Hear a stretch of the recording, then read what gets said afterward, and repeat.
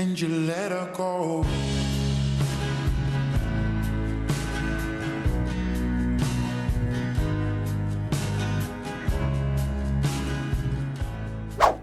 What's going on, guys? It's Lonely MMA, and today you see the title of the video. We're ranking every champion from the least enjoyable to the most enjoyable person to smoke with. Now, me personally, I've never been a huge weed smoker, but I just like the premise of the video, but I do dabble in it from every now and then. Most of the time, or I'd say about 100% of the time, I'm always drunk when I do it, so there's that. And actually, the last time I smoked, I was extremely crossed. I got in an Uber and just threw up everywhere. It was not a good sight to see. But in the words of Captain Jack Sparrow, onwards. So coming in at the least enjoyable person that I think would be the smoke with, it has to be none other than Sean Strickland, because I really think Sean Strickland is the type of guy at the smoke session just constantly telling you, man, this is only what fucking losers do. Why the fuck are we doing this right now? Here's the thing about weed, guys, it makes you a lazy sack of shit.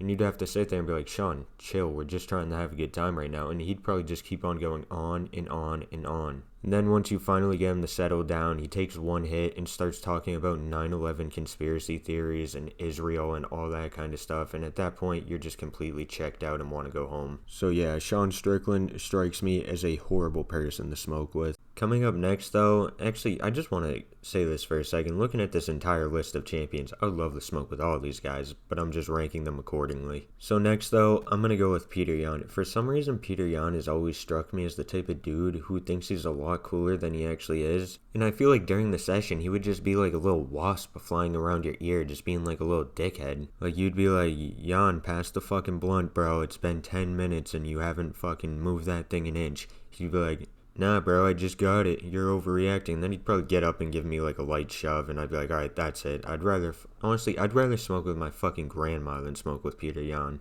Moving on, though, I feel like this one's sort of a sleeper pick that you guys probably thought was going to be the first one on this list, and it's Islam. The thing about Islam is, would he smoke? No. But if you happen to get into a smoke session with Islam in it, how fucking legendary would that be? And honestly, Islam's a pretty chill guy. You just gotta lay off the whole motherfucker comments and I feel like it'll be smooth sailing. And Islam's honestly a pretty funny guy. So, I mean, if you got him in there and he got high as a kite, he would probably have everyone on their ass fucking laughing. But if Khabib walked in and saw this hootenanny going on, he would probably have the look on his face of a grandmother who just walked downstairs for a cup of water and found her grandson jerking off on the family couch. Moving on, though, we have Carlos Alberg. Now, Carlos Alberg is like this weird middle ground where I feel like he's not a crazy, like, opinionated person.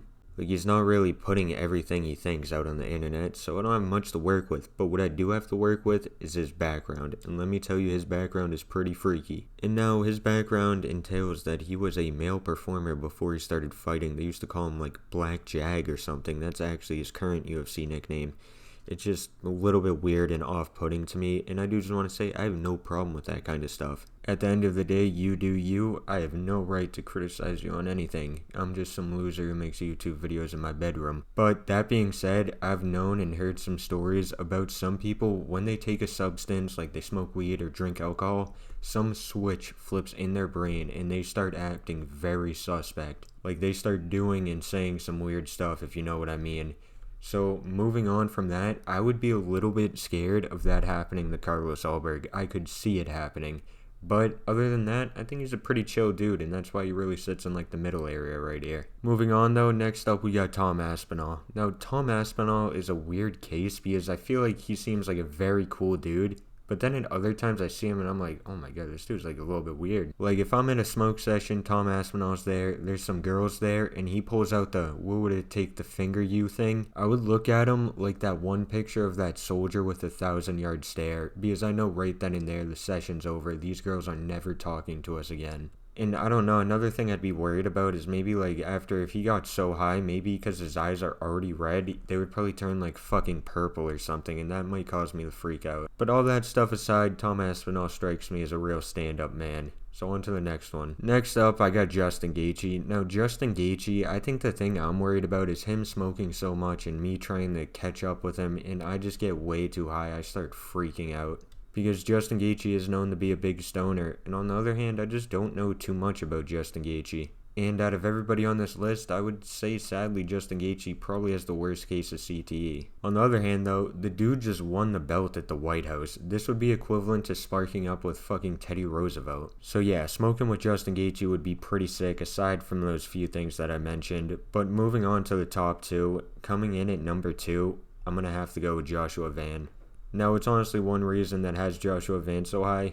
He's around my age. I mean, these other people, they'll probably have no fucking clue about half the shit I'm talking about. But Joshua Van, on the other hand, the dude's only 24. It would be pretty sick to smoke with a UFC champion that's actually around my age. That being said, he's still a little bit older, but that'd be pretty dope, and he does seem like a really chill dude IRL, at least from what I've seen on the streams and at press conferences and all that kind of stuff. And the dude walks out the fucking Chief Keef. I don't know what else you'd ask from that. We would be blasting tunes, getting high as fuck. That'd be the whole thing right there. I don't know why I'm like fantasizing about this. It's a little bit weird if I'm being honest. So let's move on to the last one. So coming in as the most enjoyable person I think would be to smoke with, that's a current UFC champion, I got Alexander Volkanovski. And there's like nothing bad about him is the thing.